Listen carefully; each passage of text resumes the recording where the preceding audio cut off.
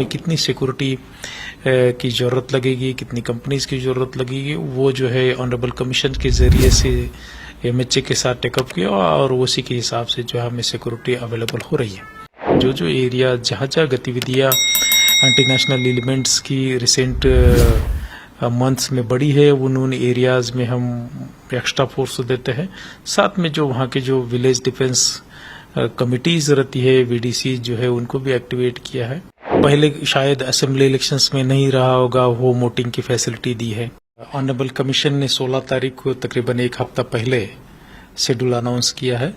Jammu and Kashmir as well as Haryana legislative assembly के elections का। Jammu and Kashmir में कुल मिलाकर के 3 फेजेस में इलेक्शंस प्लान्ड है। उसमें फर्स्ट फेज में 7 जिले होंगे, सेकंड फेज में 6 जिले होंगे और लास्ट के फेज में जो है फिर 7 जिले हैं।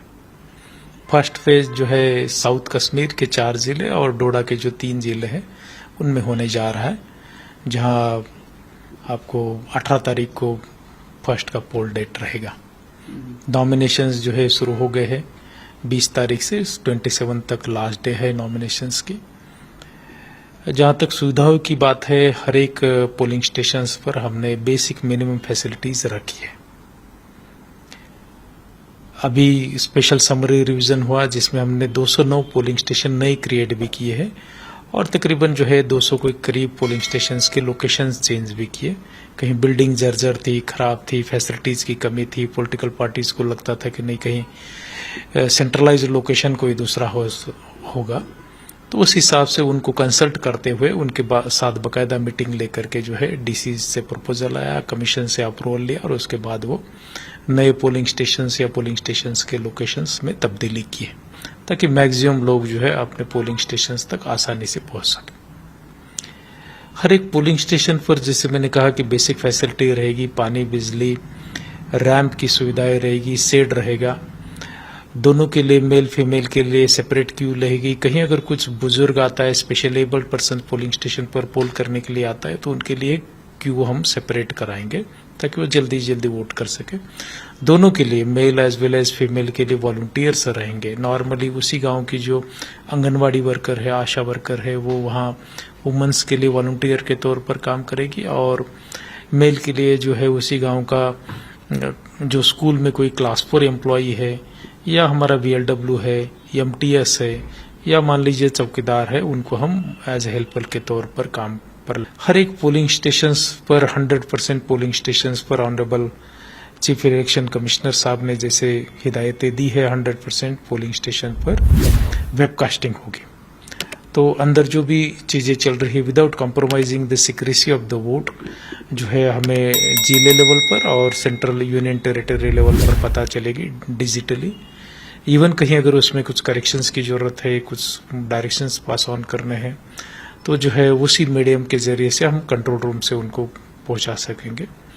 ताकि जो इलेक्शंस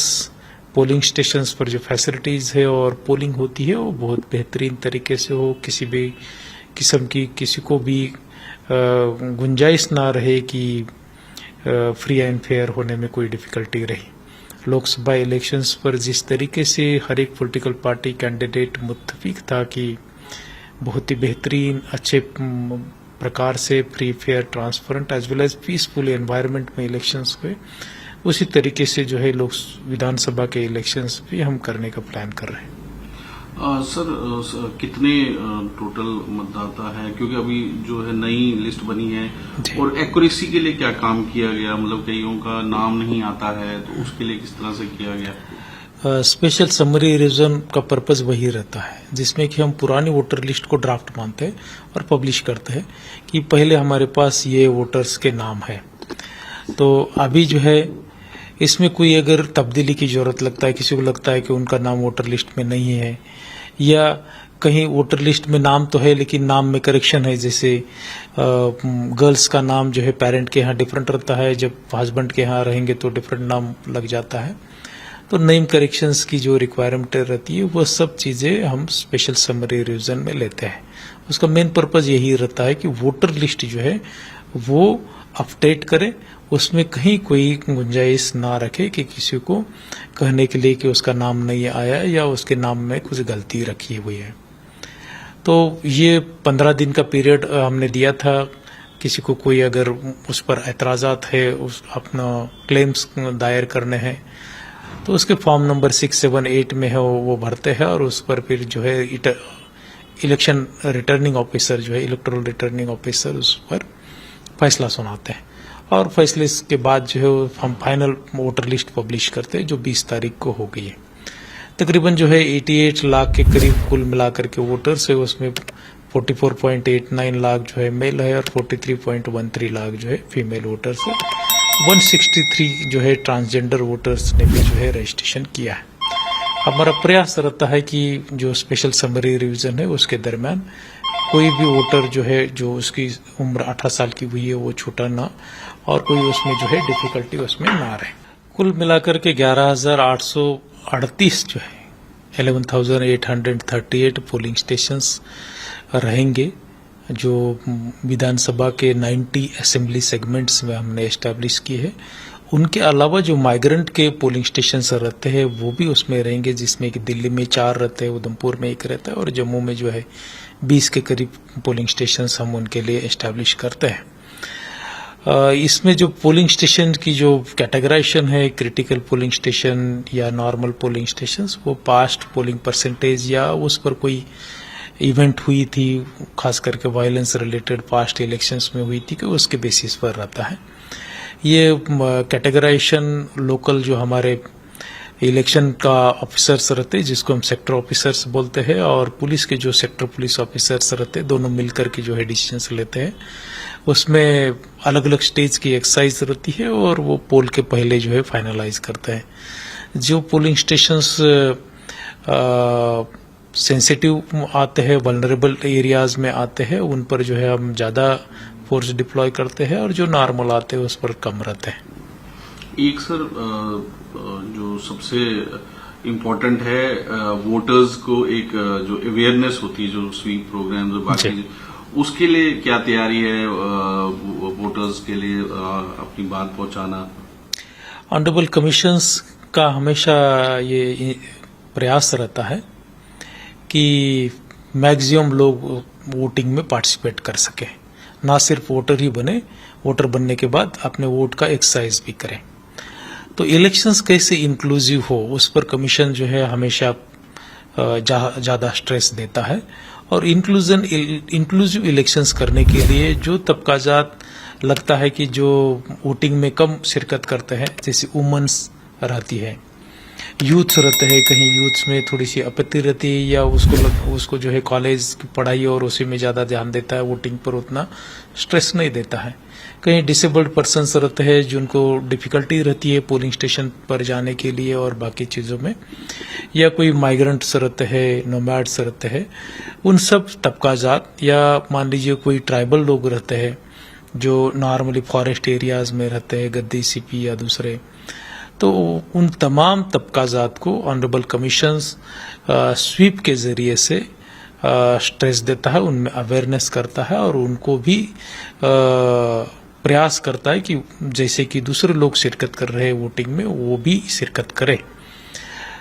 इसके लिए हर एक असेंबली में हमने एक स्वीप नोडल ऑफिसर्स अपॉइंट किया है, जिले के लेवल पर भी स्वीप नोडल ऑफिसर्स है और वो जो है टारगेटेड प्लान बनाते हैं जिन जिन पोलिंग स्टेशन में जिन जिन तबकाजात की वोटिंग कम रही है, पास्ट जो लेटेस्ट हमारा जो स्टैटिस्टिक्स है उस हिसाब से उस पर हम स्ट्रेस देते हैं ताकि हर कोई इलेक्शन में पार्टिसिपेट कर सके और इलेक्शन जो है इंक्लूसिव हो सके। सर अभी लोकसभा इलेक्शन में हमने देखा कि घर जाके जो ओल्ड लोग थे उनको वोट करवाए गए, क्या इसमें भी रहेगा सर? यस, डेफिनेटली जो है ये पहली बार जो है लोकसभा इलेक्शंस के दरमियान ऑनरेबल कमीशंस की डायरेक्शन से वोटिंग एट डोर स्टेप्स हुई और जिसके तहत जिन बुजुर्ग की उम्र 85 से अबाई थी या जिनकी डिसेबिलिटी 40% से ज़्यादा थी, ऐसे पर्सन्स विद डिसेबिलिटी एंड बुजुर्ग लोगों ने जिन्होंने अप्लाई किया था उनके घर पर जाकर के हम होम वोटिंग कराते हैं। उनको वहाँ घर पर जाकर के पूरे जो अदरवाइज पोलिंग स्टेशन के लिए जितने बेसिक नॉर्म्स रहते हैं, सिक्रेसी ऑफ वोट और बाकी चीज़ें, वो मेंटेन करते हुए वहाँ डोर स्टेप पर वोटिंग हम करवाते हैं। साथ ब साथ जो माइग्रेंट्स है उनके लिए भी कमीशन ने पिछली बार ईज ऑफ वोटिंग के तहत यम फॉर्म जो जम्मू एंड उधमपुर में एक रिक्वायरमेंट रहती थी उसको डिस्पेंस भी किया और ईज ऑफ वोटिंग माइग्रेंट के लिए भी लाए, तो वो भी इस बार जो है बरकरार रहेगी। सर आखिर में एक सबसे इम्पोर्टेंट सवाल जो जम्मू कश्मीर में रहता है कि सुरक्षा जी, किस तरह की सर सुरक्षा रहेगी? अभी पिछले कुछ दिनों में यहाँ कुछ आतंकवादी घटनाएं भी हुई, स्पेशली जम्मू रीजन में डोडा, पुंछ, रजौरी, तो उसको देखते हुए क्या कोई स्पेशल अरेंजमेंट्स किए गए हैं सर? डेफिनेटली जम्मू कश्मीर में पिछले 2-3 डेकेड का पीरियड से जो है सिक्योरिटी के चैलेंजेस है, काफ़ी सालों से जो है उसमें गिरावट आई है, लेकिन उतार चढ़ाव चलते रहते हैं। अभी जो भी इंसिडेंट्स हुए हैं उसको मद्देनजर रखते हुए हमने डिटेल में सिक्योरिटी रिक्वायरमेंट्स वर्कआउट की थी, न सिर्फ कैंडिडेट के लिए, पॉलिटिकल पार्टीज के कैंपेनिंग के लिए, हमारे आरओ ऑफिसर्स के लिए, ऑब्जर्वर्स के लिए, स्ट्रांग रूम्स के लिए या आरओपीज के लिए, अलग अलग हेड पर हमें कितनी सिक्योरिटी की जरूरत लगेगी, कितनी कंपनीज की जरूरत लगेगी, वो जो है ऑनरेबल कमीशन के जरिए से एमएचए के साथ टेकअप किया और उसी के हिसाब से जो है हमें सिक्योरिटी अवेलेबल हो रही है। कहीं भी मुझे नहीं लगता कि हम जो है जैसे पीसफुल तरीके से लोकसभा इलेक्शंस कंडक्ट करवाए, पॉलिटिकल वायलेंस कहीं नहीं होगी, उसके लिए हम पूरी तरीके से चुस्त दुरुस्त हैं। सर तो ये स्पेशली डोडा इलाका इधर अटैक्स हुए, तो क्या वहाँ कोई एक्स्ट्रा डिप्लॉयमेंट होगा पोलिंग स्टेशंस में? डेफिनेटली, जैसे आपने पहले पूछा था कि पोलिंग स्टेशंस का वल्नरेबिलिटी मैपिंग, क्रिटिकलिटी मैपिंग जो है वो हमने ऑलरेडी कर दी है। उसी हिसाब से जो जो एरिया जहाँ गतिविधियाँ एंटी नेशनल एलिमेंट्स की रिसेंट मंथ्स में बढ़ी है उन एरियाज में हम एक्स्ट्रा फोर्स देते हैं। साथ में जो वहाँ के जो विलेज डिफेंस कमिटीज रहती है, वीडीसी जो है, उनको भी एक्टिवेट किया है। तो ओवरऑल लगता है कि पीसफुल तरीके से इलेक्शंस होंगे। तो क्या एक्स्ट्रा कोई बटालियंस आई हैं जो वो इलेक्शन के दरमियान हर इलेक्शंस में आती है, जब सिक्योरिटी की रिक्वायरमेंट ज्यादा लगती है तो डेफिनेटली उस समय ज्यादा भी आती है, तो उसी हिसाब से हमने कर दी। सर और कोई जम्मू कश्मीर असेंबली इलेक्शन काफी सालों बाद हो रहे, कोई नया जो इनिशिएटिव लिया गया है इलेक्शन कमीशन इस बार के इलेक्शन? फर्स्ट तो है कि जैसे क्योंकि पहले शायद असेंबली इलेक्शंस में नहीं रहा होगा, होम वोटिंग की फैसिलिटी दी है। लेटेस्ट अपडेट के लिए हमारे चैनल न्यूज इंडिया फर्स्ट को लाइक, शेयर एंड सब्सक्राइब करें एंड यस बेल आइकन को प्रेस करना ना भूलें।